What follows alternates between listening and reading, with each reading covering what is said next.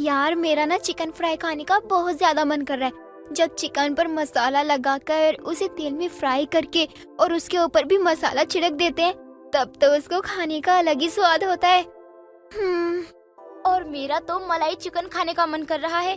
वैसे तो chicken hard होता है, लेकिन जब मलाई चिकन खाते हैं ना तो मुंह में रखते ही घुल जाता है। हम पांचों ना बाहर चलते हैं और अपनी अपनी मर्जी से चिकन खाकर आते हैं। ऐसे ही ना सपने देखने से कुछ नहीं होने वाला। हम जाकर चिकन खाकर आते हैं, मजा आएगा। लेकिन तुम तो जानते हो ना, अगर इस समय हम बाहर गए तो माँ गुस्सा करेंगी। लेकिन माँ को बताने की जरूरत क्या है? अगर हम चुपके से ही खिड़की से उतर के चले जाएंगे तो फिर तो किसी को पता ही नहीं चलेगा ना। पर ये बहुत ज्यादा रिस्की हो जाएगा और रहने ही देते हैं। अगर हमें चोट वोट लग गई तो, और माँ को पता चल गया तो वो हमें बहुत डांटेंगी। अरे यार, रिस्क तो हर चीज में होता है, पर अगर हमें बाहर का चिकन खाना है तो थोड़ा बहुत रिस्क उठाना ही पड़ेगा। वैसे भी बिना रिस्क के लाइफ ना अच्छी नहीं होती है और उसमें ना कुछ मुश्किलें होनी जरूरी होती है, तभी लाइफ जीने का मजा आता है। इसलिए अगर लाइफ में कुछ करना है तो रिस्क लेना जरूरी है भाई। अब वो पांचों रात के अंधेरे में घर से बाहर निकल आती है और अपनी अपनी मर्जी का चिकन खाकर घर आ जाती है। उन पांचों को चिकन खाने की बहुत बुरी आदत थी। वो चिकन खाने से बिल्कुल भी बाज नहीं आती थी। ऐसे ही एक दिन उनकी माँ ने उनसे कहा, अरे एक काम करो, कल ना तुम अच्छे से तैयार हो जाना, वो भी 5 बजे। अरे तुम्हारे लिए ना बहुत ही अच्छा रिश्ता आया है, पंडित जी लेके आए हैं। अरे परसों ही बात करी थी उनसे। अरे मैं बताना भूल गई, तुम पांचों के लिए ना एक ही घर से रिश्ता आया है। बताओ। अरे वाह, ये तो बहुत अच्छी बात है माँ। फिर तो हम पांचों बहनें हमेशा साथ रह पाएंगी, पर एक दूसरे की देवरानी जेठानी बनकर। माँ, रिश्ते के लिए हाँ कर दीजिए। ऐसा रिश्ता तो किस्मत वालों को ही मिलता है। हमें मिला है क्योंकि हम किस्मत वाले हैं, इसलिए हम इस रिश्ते को जाने नहीं देंगे। अगर हमने जाने दिया ना तो हमसे बड़ा बदनसीब कोई हो ही नहीं सकता। अरे बुद्धू, पहले लड़कों को तो देख लो कि कैसे हैं, पता चले अपाहिज हो, आंखें ना हो, कैसा है कैसा नहीं पता नहीं। वो सब तो देखी जाएगी माँ, लेकिन आज तो मुर्गी पार्टी बनती है। आप हमारे लिए मसालेदार मुर्गा बना दो। मधु भी अपनी बेटियों की खुशियाँ देखकर खुश थी। मधु ने अकेली ही अपनी 5 बेटियों को पाला था। उसका पति एक सड़क दुर्घटना में चल बसा था। अगले दिन शारदा अपने 5 लड़कों को लेकर रिश्ता देखने आती है और मधु की 5 बेटियों को देखकर कहती है, बहन जी, आपकी 5 बेटियां तो बहुत ही खूबसूरत हैं, जैसे कोई परी हो। मुझे आपकी बेटियों के साथ मेरे बेटों का रिश्ता मंजूर है। देखिए, हमारे घर में ज्यादा काम तो नहीं होता और वैसे भी 5 बहुएं तो मिलकर सारा काम संभाल ही लेंगी, लेकिन हमारे घर में नॉनवेज नहीं खाते हैं। ये बात सुनकर मधु की 5 बेटियां हैरान हो जाती हैं और तभी बीच में अनामिका कहती है, आंटी जी, क्या आप घर में नॉनवेज नहीं खाते? नहीं बच्चे, वैसे भी किसी की जान लेके खुद का पेट भरना तो गलत होता है। हमारे पूरे खानदान में कोई भी मांसाहारी नहीं है। अरे हाँ हाँ शारदा बहन, तुम बिल्कुल सही कह रही हो। अरे किसी की जान लेकर अपना पेट भरे, ये कौन सी इंसानियत होती है? वैसे भी मेरी 5 जो बेटियां है ना, मांस मच्छियों को ना छूती भी नहीं है। छूती तो छोड़ो, देखती भी नहीं है वो। मेरी तरफ से ये रिश्ता मंजूर तो मंजूर है। बस अब यूं ही पंडित जी से बात करती हूँ और शादी की तारीख ना पक्की करवाती हूँ। मधु की बात सुनकर उसकी 5 बेटियां चुप हो जाती हैं और इस तरह मधु के 5 बेटियों का रिश्ता शारदा के 5 बेटों से हो जाता है। जिसके बाद अब शारदा के जाने के बाद आरती ने कहा, माँ, आपने उन लोगों से झूठ क्यों बोला कि हम नॉनवेज नहीं खाते? आप तो जानती हो ना कि हम नॉनवेज खाते हैं। मेरी बच्ची हो, आज तक मैंने तुमसे कोई सी भी जिद नहीं की और तुम्हारी सारी जिदें मैंने पूरी की है, लेकिन तुम मेरे बारे में एक बार सोच नहीं सकती हो? बेटा, मैं विधवा हूँ और तुम बच्चों को कैसे पाला है मैंने, मैं ही जानती हूँ। वो भी एक नहीं, 5 बेटियों को पाला है मैंने। वैसे भी बेटा, मैंने जो भी सोचा है तुम्हारे लिए वो अच्छा ही सोचा होगा। तुम मेरी बच्ची हो, तुम्हारे साथ ऐसा थोड़ी होने दूंगी कुछ भी मैं। आशा 5 बेटियों में सबसे समझदार थी, इसलिए उसने माँ का ये जवाब सुनकर अपनी बात को रखते हुए कहा, ठीक है माँ, अगर हमारे नॉनवेज ना खाने से आप लोगों की जिम्मेदारी पूरी होती है तो हमें कोई दिक्कत नहीं है। हम इस शादी के लिए तैयार हैं। मधु भी अपनी बेटी की समझदारी देखकर उन्हें गले से लगाती है। ऐसे ही महीने गुजर जाते हैं। शारदा की 5 बहुएं अब उसके घर आ जाते हैं। अब उन 5 बहुओं की पहली रसोई की रस्म थी। जैसे ही पांचों खड़ी होती हैं, तो उन्हें देखकर शारदा कहती है, बहू, आज तुम्हारी पहली रसोई की रस्म है, तो खाने में पूरी, आलू की सब्जी और शारदा ने इतना बोला ही था कि तभी उसे छींक आती है और अनामिका उसकी बात को पूरा करते हुए कहती है, मुर्गा बना लो। राम राम राम बहू, ये कैसी बातें कर रही हो? मैं तो बोल रही थी कि मूंग दाल का हलवा बना लो। सास की बात सुनते ही अब आरती अनामिका को एक चींटी काट लेती है। माँ, अनामिका तो बस मजाक कर रही थी, वो तो आपको छेड़ रही थी, इसीलिए आप उसकी बातों को दिल से मत लगाइए और दिमाग से तो बिल्कुल भी मत लगाना। बहू की बात सुनकर शारदा वहाँ से चली जाती है, लेकिन 5 बहुएं उदास थी क्योंकि शायद अब उनका मुर्गा खाना बंद हो जाता, जिस पर चर्चा करते हुए पांचों एक दूसरे से कहती हैं, कितना अच्छा लगता था। रोज सुबह हम ब्रेड ऑमलेट खाते थे, दोपहर में हम बिरयानी खाते थे और रात को हम एक मुर्गा तो लपेट ही जाते थे। और अब हम यहाँ पर वेज परिवार में आकर तो फंस ही गए हैं। ये समझ लो कि अब नॉन वेज वाले दिन गए और वेजिटेरियन वाले दिन आ गए। कोई बात नहीं, जैसे भी दिन है एडजस्ट कर लेते हैं। कुछ दिनों में पांचों पूरे घर की जिम्मेदारियों को अच्छे से संभालने लगती है और ऐसी एक दिन शारदा ने अपनी 5 बहुओं से कहा, बहू, मैं अपनी बहन के घर जा रही हूँ, कल तक वापस आऊंगी। आज 5 बजे की ट्रेन है मेरी, तो तुम सारे ने घर का ख्याल रखना। शारदा ये बोलकर अब अपनी बहन के घर जाने के लिए निकल जाती है, पर अपनी सास के जाते ही पांचों बहुएं बहुत खुश हो जाती है क्योंकि अब सास की गैर मौजूदगी में उन्हें मुर्गा खाने को जो मिलने वाला था। जिसका मुझे था इंतजार, जिसके लिए दिल था बेकरार, वो घड़ी आ गई आज है। आज तो मुर्गा पकाना है और अपने हाथों से खुद को खिलाना है। पांचों बहुएं बहुत खुश थी और मुर्गा खरीदकर घर ले आती हैं और मसाला लगाकर उसको बनाना शुरू करती हैं। कुछ ही देर में उनके पति आ जाते हैं। उनकी हलचल देखकर पांचों बहुएं एक दूसरे की शक्ल देखकर एक दूसरे से बात करती हैं। लगता है ड्राइंग रूम में हमारे पति आ गए। हम तो भूल ही गए थे। हमें तो सिर्फ ये पता थी कि माँ जी गई है, लेकिन हम ये तो भूल ही गए थे कि माँ जी के बेटे तो यहीं पर हैं। तुम लोग यहाँ का सारा काम संभालो, मैं एक बार बाहर से होकर आती हूँ।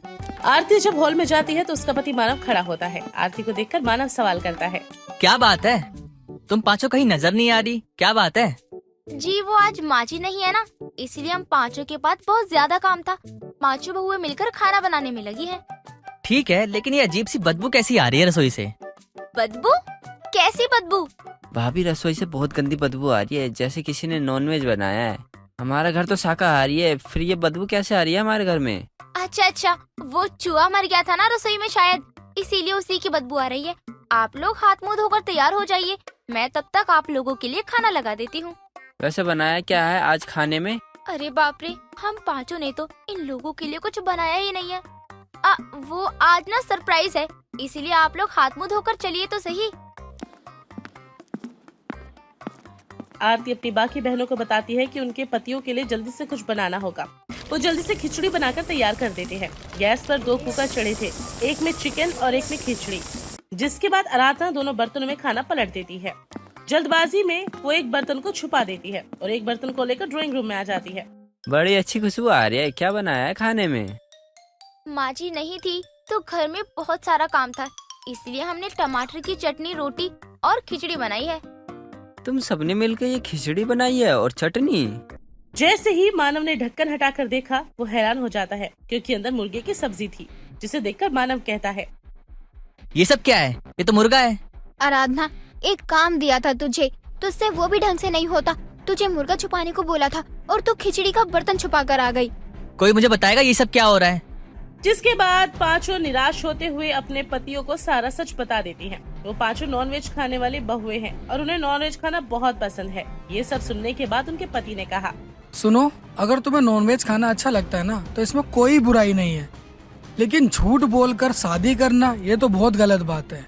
अगर मेरी माँ को पता चला ना कि तुम पांचों की पांचों नॉनवेज खाती हो तो बहुत गलत होगा। अगर तुम लोगों को नॉनवेज अच्छा लगता है खाना तो हम बाहर खिला दिया करेंगे, लेकिन घर में हमारा मंदिर है और हम भगवान रखते हैं, इसलिए तुम यहाँ मत खाया करो। आज के बाद कभी ऐसी गलती मत करना, हम इस बार तुम्हें माफ कर रहे हैं। हमसे गलती हो गई राहुल जी, जो हमने इतना बड़ा सच आपसे छुपाया। और हम सब आप लोगों से बिना पूछे घर में नॉनवेज बनाया करते। ये गलत बात थी। आज के बाद हम ऐसी गलती कभी नहीं करेंगे। हमारी माँ ने आपसे झूठ इसीलिए कहा था क्योंकि वो चाहती थी कि हमारा रिश्ता आपके घर में हो, क्योंकि अब उनकी इतनी उम्र नहीं है कि वो हम पांचों के लिए अलग अलग रिश्ता ढूंढ सके। अब पांचों बहुओं के पति इस बात को छिपाने के लिए तैयार हो जाते हैं और जब शारदा भी अगले दिन अपनी बहन के घर से समाचार लेकर वापस आती है तो अपनी माँ को देखकर उनके पति उन्हें मना करते हैं सच बताने से। लेकिन अब उनका दिल गवाही नहीं दे रहा था, इसलिए पांचों अपनी सास के पास जाती हैं और अपनी सास को सच बताते हुए कहती है, हमें माफ कर दीजिए माँ जी, हम पांचों ने आपसे बहुत बड़ा सच छुपाया। दरअसल हमें नॉनवेज खाने की आदत है। हमारी माँ ने हमारी शादी करवाने के लिए सच आपको बताया ही नहीं था। और आपके जाने के बाद हमने घर में नॉनवेज बनाया था, लेकिन अब हमारे पतियों ने हमें समझा दिया है और हमें एहसास भी हो गया है कि हमने गलती की है। हम वादा करते हैं माँ जी, आज के बाद हम कभी भी नॉनवेज नहीं खाएंगे। हम बहक गए थे और आपके ना होने का फायदा भी उठा रहे थे। हमसे बहुत बड़ी गलती हो गई है। माँ जी हमें माफ कर दीजिए। हम आज के बाद कभी भी आपको शिकायत का मौका नहीं देंगे और कुछ भी आपके खिलाफ जाकर नहीं करेंगे। ये सुनने के बाद शारदा बहुत खुश होती है और कहती है, ये तुम्हारी मर्जी है कि तुम्हें नॉनवेज खाना है या नहीं। देखो, मैं तुम्हारी इच्छा को नहीं मार सकती। तुम्हारा जब दिल करे तुम पांचों बहुएं बाहर जाके नॉनवेज खा सकती हो। आखिर मैं भी तो तुम्हारी माँ जैसी हूँ ना। मुझे अपनी सास नहीं, हमेशा माँ समझा करो। सारा सच यूं ही बताना मुझे। माँ जी, हम वादा करते हैं कि आज के बाद हम पांचों आपसे कभी झूठ नहीं बोलेंगे, और अगर हमारा कभी कभी नॉनवेज खाने का मन होगा ना तो हम बाहर जाकर खाएंगे, लेकिन घर में कभी नहीं बनाएंगे। 5 नॉनवेज खाने वाली बहुओं को वेज ससुराल तो मिल गया था, लेकिन पांचों समझदारी से फैसला लेती है। वो कम से कम नॉनवेज खाया करती और अगर उन्हें नॉनवेज खाना होता तो बाहर जाया करती, जिससे शारदा की भावनाओं को भी ठेस नहीं पहुंचती और उसकी 5 बहुओं की इच्छाएं भी पूरी हो जाती। शोभना अपने बेटे, बहू और 2 बेटियों के साथ रहा करती थी। शोभना की 4 बेटियां थी, जिसमें से 2 की शादी हो चुकी थी और 2 बेटियां अभी तक कुंवारी थी। वहीं शोभना के बेटे अजय की भी शादी हो चुकी थी। अजय की शादी को अभी बस साल भर ही हुआ था। सभी हंसी खुशी रहा करते थे। एक रोज चमेली काम करते हुए चक्कर खाकर गिर जाती है। बहू तू ठीक तो है ना? अरे किरण, सीमा, जल्दी यहाँ आओ। भाभी आप ठीक तो हैं? क्या हुआ भाभी को? अभी तो ठीक थी। तभी शोभना डॉक्टर को बुलाती है और डॉक्टर भी आकर शोभना को बताता है कि चमेली को किसी कमजोरी की वजह से चक्कर नहीं आया है, बल्कि वो माँ बनने वाली है। क्या मतलब? मैं दादी बनने वाली हूँ? ये तो बड़ी खुशी की बात है। अरे किरण, सीमा, तुम दोनों बुआ बनने वाली हो। बहू, कितनी बड़ी खुशी दी है आज तूने मुझे। हाँ हाँ भाभी, ये तो बड़ी ही खुशी की बात है कि मैं बुआ बनने वाली हूँ।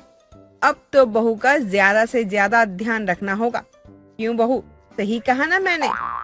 नहीं नहीं माँ जी, ऐसी कोई बात नहीं है। मुझसे जो काम होगा मैं कर लूंगी। शोभना दादी बनने की खबर से बहुत खुश होती है, लेकिन वो अपनी बहू का ख्याल भी रखती है। देर शाम किचन में शोभना हलवा बना रही होती है, तभी वहाँ पर किरण का आना होता है। अरे वाह माँ, आपको कैसे पता मुझे हलवा खाने का मन था? वैसे किसी ने सच ही कहा है कि माँ का दिल सच्चा होता है और माँ न समय लगेगा हलवा बनने में। बस हो ही गया। तू बाहर जाकर देख बहू कहाँ है और क्या कर रही है। क्यों, भाभी को नहीं देना क्या ये हलवा? अरे थोड़ा सा दे देते हैं ना माँ, वो ऐसी हालत में है, आप तो जानती है ना, उनसे ये सब छुपाना अच्छा नहीं है। ये सारा का सारा हलवा उसके लिए ही है। तेरे लिए मैंने कोई हलवा नहीं बनाया है। क्या? ये भाभी के लिए बनाया है आपने? लेकिन आप तो जानती है ना मुझे कितना पसंद है ये। तो खुद बना और सुन, बहू को कह दे हॉल में आकर बैठे, मैं उसके लिए हलवा ला रही हूँ। ये ले, जितनी भी बची है कढ़ाई में वो पोंछ कर तू खा ले। अब इसमें बचा ही क्या है, ये भी अपनी बहू को खिलाती ना। अब मुझे ऐसा क्यों लगने लगा है माँ कि आप मुझसे ज्यादा भाभी पर ध्यान दे रही है। अब किरण हॉल में जाती है तो वो देखती है कि उसकी माँ भाभी चमेली को अपने हाथों से हलवा खिला रही थी। अरे तू खड़ी खड़ी देख क्या रही है? जा जाकर पानी ले आ बहू के लिए। इन लोगों ने तो मुझे नौकर ही समझ लिया है। और भाभी को देखो कितनी जल्दी बदल गई। और माँ तो अब जैसे मेरी सौतेली माँ है वैसे ही व्यवहार कर रही है। नहीं, मैं बुआ बनने के लिए जितनी खुश हूँ उससे ज्यादा तो मुझे इस बात का दुख है कि जो बच्चा भी इस दुनिया में आया भी नहीं उसके नाम से ही सब बदल गए। वो आया तो मैं हर समय नौकर ही बनकर रह जाऊंगी। अब किरण अपने कमरे में जाकर बिस्तर पर बैठ जाती है। बगल में सीमा टीवी देख रही होती है। अरे क्या हुआ? तूने ऐसा मुंह क्यों बना रखा है जैसे तुझसे किसी ने तेरा राजपाट छीन लिया हो? हाँ सीमा, तू सही कह रही है। हमारा राजपाट ही तो हमसे छिन रहा है। अगर हमने कुछ नहीं किया तो हम दोनों का यहाँ कुछ नहीं रह जाएगा। तू बातें मत बना और बता हुआ क्या है? कौन सा राजपाट छीन लिया तुझसे? मुझे नहीं पता। माँ को भाभी के लिए कितना प्यार आ रहा है। माँ ने भाभी के लिए मेरी पसंद का हलवा बनाया है लेकिन मुझे ही नहीं दिया। और कढ़ाई में जो बचा कुचा उसे चाटने को कह दिया। वैसे भी तू इसी लायक है। चल अब चुप कर, मुझे मूवी देखने दे। तू फिल्म ही देखती रह। जिस दिन हमारी जिंदगी फिल्म बनेगी ना उस दिन तुझे पता चलेगा। अच्छा ठीक है, अभी मुझे परेशान मत कर। जो दिल में आए वो कर। किरण को अपनी माँ का प्यार नहीं मिल पा रहा था। शोभना भी चमेली को प्यार देने में लगी हुई थी। और तो और किरण घर का काम भी करती थी और अपनी माँ की डांट भी सुन रही थी। किरण यहाँ बैठी फोन क्या चला रही है? जा अपनी भाभी के लिए थोड़ी सी काजू बादाम भून दे और उसे उसके कमरे में दे आ। माँ, मुझे ऐसा क्यों लगता है कि आप भाभी के लिए कुछ ज्यादा ही सीरियस है। माँ, बच्चे तो महिमा दीदी और खुशी दीदी के भी हुए हैं ना, लेकिन आज से पहले आपके अंदर उनके लिए इतना प्यार तो नहीं आया। तू कहना क्या चाहती है कि मैं अपनी ही बेटी और बहू में भेदभाव कर रही हूँ? हाँ बिल्कुल, बल्कि माँ होती है अपनी बेटी को समझने वाली, लेकिन आप सिर्फ भाभी को समझ रही है। दीदी को आप यहाँ बुलाती तक नहीं है, वो खुद आती है तो आप उन्हें कहती है अब तेरा घर तेरा ससुराल ही है। तुम दोनों भी कल को ससुराल जाओगे तो वहीं के होकर रह जाओगे, इसीलिए मैं तुम दोनों से ये सब कह रही हूँ। तो भला इसमें बुराई ही क्या है? ठीक है माँ, आप साफ साफ कह दीजिए ना, ये मेरा घर नहीं बल्कि भाभी का है। खैर, मैं भाभी के लिए काजू बादाम भून दूं, कहीं उनको कमजोरी न हो जाए। किरण के मन में अपनी ही भाभी को लेकर धीरे धीरे नफरत बढ़ने लगती है और वो अपनी भाभी चमेली से बात करना बंद कर देती है और ढंग से बात भी नहीं करती है। किरण, मैंने खाना बना दिया है, आप खा लो। माँ जी, आपका खाना लाऊं क्या? जरूरत नहीं भाभी आपके हाथों का खाना खाने की। मुझे इतनी आदत ही कहाँ, माँ ने जो सुबह खाना बनाया था वो खा लूंगी मैं। ये क्या तरीका है अपने भाभी से बात करने का? मैं वो माँ हूँ जो ननद और भाभी का तमाशा नहीं देख सकती। बहू को तो नहीं, लेकिन तुझे घर से जरूर निकाल दूंगी। आगे से ये ड्रामा मैंने देख लिया तो। किरण को ये सुनकर और भी ज्यादा गुस्सा आता है, लेकिन वो उस वक्त तो अपनी माँ को कुछ नहीं बोलती और अपने कमरे में जाकर खूब रोती है। अब अगले दिन छत से कपड़े लाने जाने के समय शोभना अपनी बहू किरण से कहती है, बहू, तूने कपड़े लाए क्या छत से? नहीं माँ जी, जा ही रही थी। मुझे याद था कि मुझे कपड़े लाने जाना है, रोज का ही काम है। हाँ, थोड़ा चलना भी हो जाता है, लेकिन तू मेरे लिए एक कप चाय बना दे, मैं कपड़े ले आती हूँ। कब से किरण को चाय बनाने के लिए बोल रही हूँ, लेकिन वो सुन ही नहीं रही है। तो माँ जी, आप ही छत से कपड़े उतार लाइए, मैं चाय बना देती हूँ।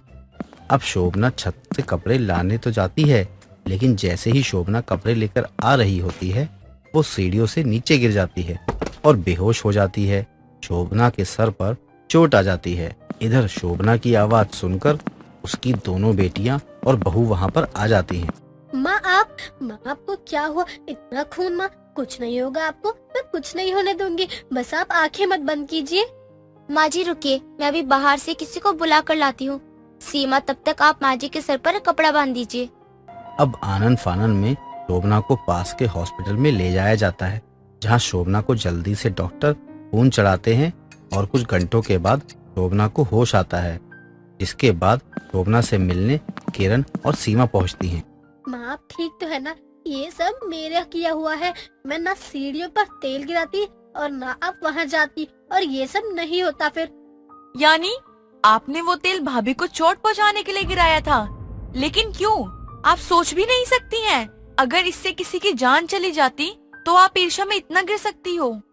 मुझसे गलती हो गई माँ। मैंने जब देखा कि भाभी को इतना ज्यादा प्यार मिल रहा है तो मुझसे देखा नहीं गया और मेरी बुद्धि भ्रष्ट हो गई। माँ, आप ठीक है ना? ये जो भी किया है तूने सही नहीं किया है, लेकिन तुझे पछतावा है। मुझे इसी बात की खुशी है। चमेली कहाँ है? माँ, भाभी इस हालत में कैसे आती? तो मैंने ही कहा उन्हें कि आप घर पे ही रहिए।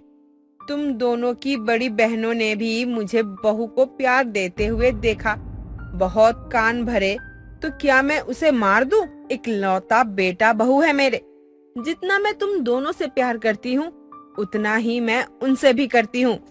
किरण की एक गलती की वजह से शोभना की जान भी जा सकती थी, लेकिन इस हादसे के बाद वो समझ जाती है जो कुछ उसने किया वो गलत किया। इसके बाद से वो अपनी भाभी का खूब ख्याल रखती है और अपनी माँ को शिकायत का मौका तक नहीं देती है। दोस्तों, अगर आपको ये कहानी पसंद आई तो इसे लाइक करें, शेयर करें और कमेंट करके बताएं कि कहानी में आपको सबसे अच्छा क्या लगा।